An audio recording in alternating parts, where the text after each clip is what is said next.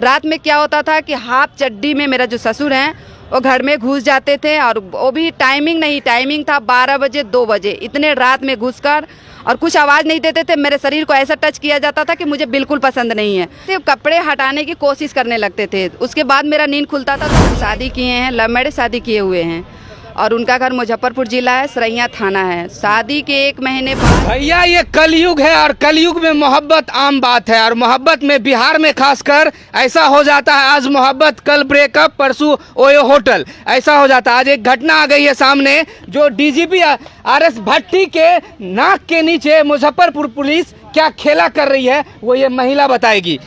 क्या हुआ है आपके साथ? मेरे साथ जो भी हुआ है बहुत गलत हुआ है। हाँ। ऐसा नहीं होना चाहिए था। मैं छपरा जिले की रहने वाली हूँ। मेरा पति जिसे हम शादी किए हैं, लव मैरिज शादी किए हुए हैं, और उनका घर मुजफ्फरपुर जिला है, सरैया थाना है। शादी के 1 महीने बाद से मेरा हस्बैंड जो है मेरे साथ बहुत गलत व्यवहार करने लगे। कितना दिन हो गया शादी को? लव मैरिज करती हैं और 10 साल हो जाता है, 1 महीना बाद ही परेशान करने लगता है। 10 साल बाद आप आ जाती हैं पटना में मीडिया ट्रायल कराने। देखिए, वजह आने के ये है कि जो प्रशासन हमारी 1 किलोमीटर में ही बगल है, तो जो भी मेरे साथ अत्याचार जब भी होता था हम आवाज़ उठाते थे। प्रशासन के पास ये नहीं कि नहीं जाते थे, आप पूछ सकते हैं कि कितने बार जाते हैं, लेकिन मेरा आज तक एक बार भी बात ढंग से किया, गाली गलौज वहाँ पर की जाती है। तो 10 साल से तो मैं ऐसे ही परेशान है, हमें कहीं से इंसाफ नहीं मिला, तब हमें पटना आने की नौबत मिला है। क्या सब किया जाता है आपके साथ? आपके पति मारते हैं, आपका ससुर है, और कौन सब क्या क्या करता है? देखिए, मेरा पति तो 1 महीना बाद से अपना रंग दिखाने लगा, मारपीट करने लगा। मारपीट करके हला वो बाहर चला गया।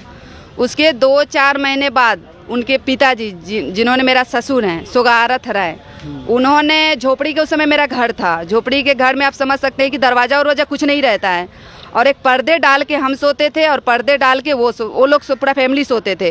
रात में क्या होता था कि हाफ चड्डी में मेरा जो ससुर हैं वो घर में घुस जाते थे, और वो भी टाइमिंग था 12 बजे 2 बजे, इतने रात में घुसकर और कुछ आवाज़ नहीं देते थे। मेरे शरीर को ऐसा टच किया जाता था कि मुझे बिल्कुल पसंद नहीं है। अगर मुझे नींद खुलता था, हम इस बात पे आवाज़ उठाते थे, तो मेरा सासू माँ तुरंत लड़ना स्टार्ट कर देती थी। बोलती थी तुम गलत हो, तुम मेरे पति को फंसाती हो। अरे किसी काम से गया होगा, कोई सामान लेने गया होगा, तुम क्यों फंसा रही हो? तो उसके बाद हम समाज को भी 2-4 दिन बाद ये सुबह में झगड़ा करते थे। तो बताइए, उसका गाँव है, उन लोग का पति, मेरा सासू माँ का पति हैं, तो उन लोग उन्हीं का सपोर्ट करते थे, और हालांकि मुझे गलत साबित करके, और हमारे साथ मारपीट भी बहुत किया जाता था। मेरे सासू माँ भी मारपीट करती थी। ससुर चड्डी में घुस जाते थे आपके रूम में? हाँ। उसके बाद आपको टच भी करते थे? हाँ, टच करते थे, कपड़े हटाने की कोशिश करने लगते थे। उसके बाद मेरा नींद खुलता था तो हम लड़ाई तुरंत संगे संग कर देते थे।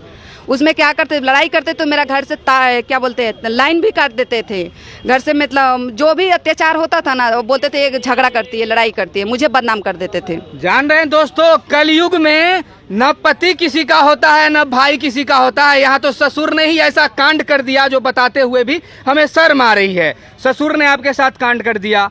दूसरा, पुलिस प्रशासन क्या कर रही है आपकी? देखिए, अगर प्रशासन 1 साल से लेकर ये भटक रही हैं, आपके पैर में छाले पड़ गए, लेकिन पुलिस प्रशासन नहीं सुना। मुजफ्फरपुर एसपी को हल्का भी शर्म नहीं आता है कि एक महिला दौड़ रही है। महिला सशक्तिकरण की बात होती है बिहार में, बेटी पढ़ाओ बेटी बचाओ की बात होती है बिहार में, लेकिन डीजीपी आरएस भट्टी के नाक के नीचे मुजफ्फरपुर पुलिस खेला करती है। क्या आपको परेशान करती है पुलिस? एफआईआर होने के बाद भी अरेस्ट नहीं हुआ?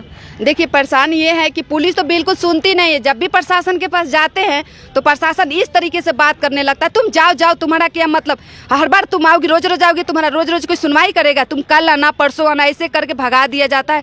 एक गुड़िया मैडम है जो मेरा इस केस का आयो बनी हुई, देखिए यहाँ पे गुड़िया लिखा होगा, वो इतनी गंदी और इतनी बदमाश लेडीज है, उसको कैसे भर्ती इसमें रखा हुआ है पुलिस में, मेरा बस चले तुम चप्पल निकाल के मारते, सीधी बात।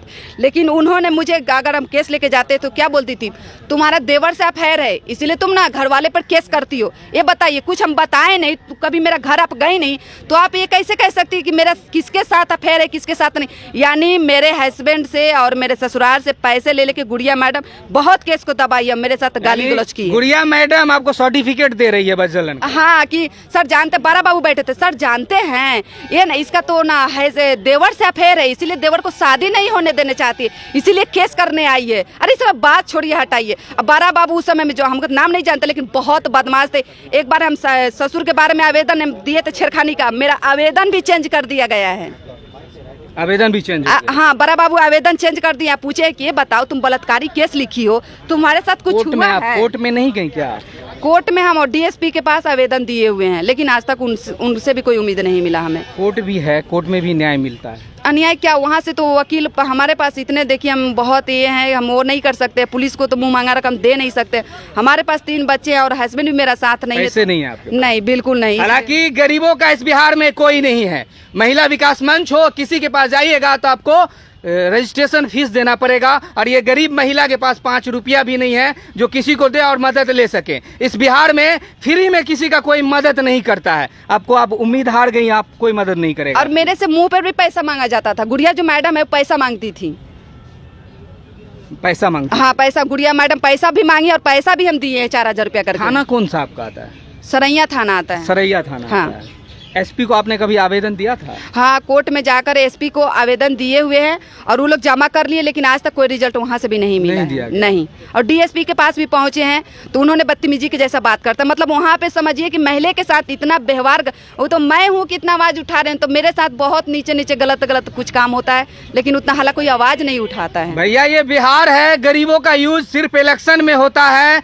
मामा काका आंटी कह के वोट तो ले लिया जाता है, लेकिन जब मदद की बेरी आती है तो न नेता आते हैं न पुलिस मदद करता है। पुलिस उसी का मदद करेगा जिसके पास पैसा होगा, सरकार उसी की मदद करेगी जिसके पास पावर होगा। अब तो उम्मीद हार गई आप, पटना आ गई। पटना में मीडिया से क्या चाहिए आपको? देखिए, आप लोग के जरिए हमें बहुत उम्मीद है कि आप लोग मुझे हर जगह से इंसाफ दिलवाएंगे, इसलिए तो हमने प्रशासन, ये क्या बोलते हैं, सरकार से बिल्कुल उम्मीद नहीं। आप लोग से बहुत उम्मीद है, हमें इंसाफ आप लोग दिलवा सकते हैं। महिला मंच में हम इसलिए आए हुए थे कि वो हर जगह केस जो हारा हुआ है, जितने सारा घर उजरा हुआ है, महिला विकास जो है वो बसवा रही है। गई थी वहाँ? जी हाँ, गए। वीना मानवी से बात हुआ? बात हुई है। क्या बोली वो? उन्होंने 20 तारीख को डेट दिए हैं कि 20 तारीख को तुम्हारे घर पे चलेंगे और तुम्हें जो चाहिए वो दिलवाएंगे। जाएंगी वो? हाँ, बोली तो है। चलिए, हम भी उम्मीद करते हैं कि वीना मानवी जाएंगी और इनको मदद करवाएंगी। हालांकि आपसे कोई अगर पैसा लेता है तो हम लोग को जरूर बताइएगा।